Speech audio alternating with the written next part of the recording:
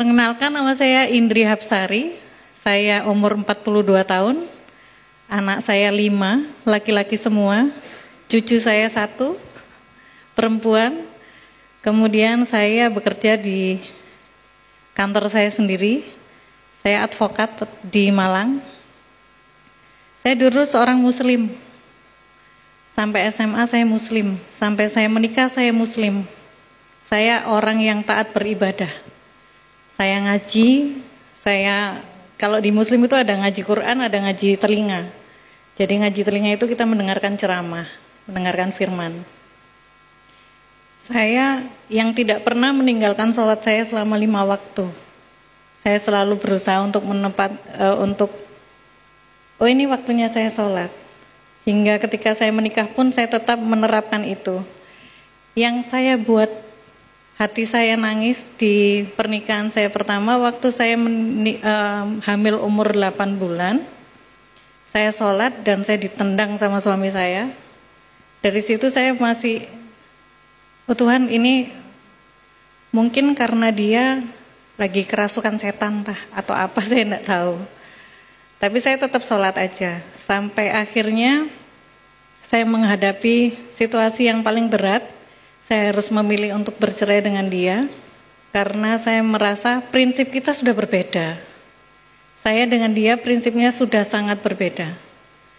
Karena dia tidak mau sholat, sedangkan di muslim adalah imam kita adalah suami.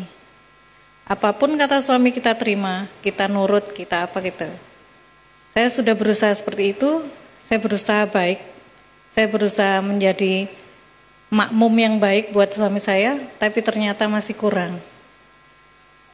Saya baru di teras rumah nyapu gitu, disapa sama orang lewat itu, saya dipanggil, dipukuli saya di dalam. Secantik apa saya kok sampai digitukan gitu kadang-kadang. Tapi ya saya terima aja, sampai pada akhirnya anak saya umur 12 bulan kalau nggak salah, saya minta pisah sama dia. Saya sudah nggak kuat. Dia ternyata pakai susuk itu 11 di mukanya. Dan saya yang ngambil satu-satu, dan itu nyata, kuasa kegelapan itu ada, saya bilang gitu. Akhirnya ketika saya minta cerai sama dia, saya tetapkan, saya berdoa sama Tuhan, jangan diganggu saya sama orang ini lagi. Ternyata tidak berhenti ketika itu anak saya yang baru umur 12 bulan, kakinya diangkat gini. Di tempat saya itu ada sungai besar, jalurnya sungai berantas kalau dibilang. Anak saya diangkat, ditaruh di sungai gini, kamu kalau gak mau balik sama aku, anakmu tak lepas loh. Dari situ saya berteriak sama Tuhan saya waktu itu, sama Allah saya minta, kenapa saya gak ditolongin, kenapa saya dibeginikan terus gitu. Sampai akhirnya saya pernah mencoba untuk bunuh diri. Saya ikut suami saya dulu pulang, terus saya balik lagi dengan anak saya. Saya coba untuk bunuh diri. Saya capek, saya lelah dengan keadaan yang seperti ini, saya lelah. Akhirnya ada adik saya yang masih kecil-kecil bilang, jangan meninggal, terus aku bagaimana gitu, adik-adik saya. Saya sholat lagi. Saya berusaha untuk sholat, tapi tetap aja nggak ada jawaban. Saya diberi, kenapa ini kok nggak ada jawaban terus? Akhirnya saya mau mencoba bunuh diri lagi yang kedua, karena saking lelahnya hati saya diteror sama dia. Begitu kuasanya dia untuk meneror hati saya dan pikiran saya, sampai anak saya diambil, dirawat sama ibunya dia.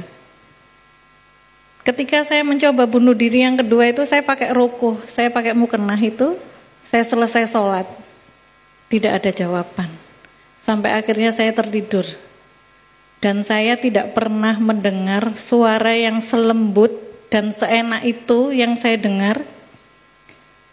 Cuman bilang gini aja, datanglah kepadaku karena aku adalah jalan yang benar. Saya cuman bangun terus, ini suaranya siapa tadi ya gitu. Saya nggak tahu itu suara siapa, saya nggak kepikiran sama Tuhan Yesus, saya nggak kepikiran. Sampai akhirnya di malam berikutnya begitu. Saya habis sholat, saya tidur, ketiduran. Kalau muslim itu ada sholat tahajud namanya. Itu sholat di atas jam 12 malam. Itu saya mendengar lagi. Dan sampai akhirnya yang ketiga, saya mendengar hal yang sama. Di hari Minggu pagi, saya lari ke gereja mana aja yang buka pasti saya datangi. Ternyata saya dituntun Tuhan untuk masuk ke gereja GPIB Immanuel di Malang. Saya datang, saya hanya bisa nemui gembala saja. Saya bilang, saya mau ikuti Yesus. Saya mau ikuti Yesus. Saya ikuti Yesus dan gembala itu bilang, sudah mantapkan hatimu dulu karena pikul salib itu berat. Iya, pikul salib itu berat. Dan setelah gembala itu bilang, sekarang ini saya baru merasakan memang benar-benar berat ikut salib.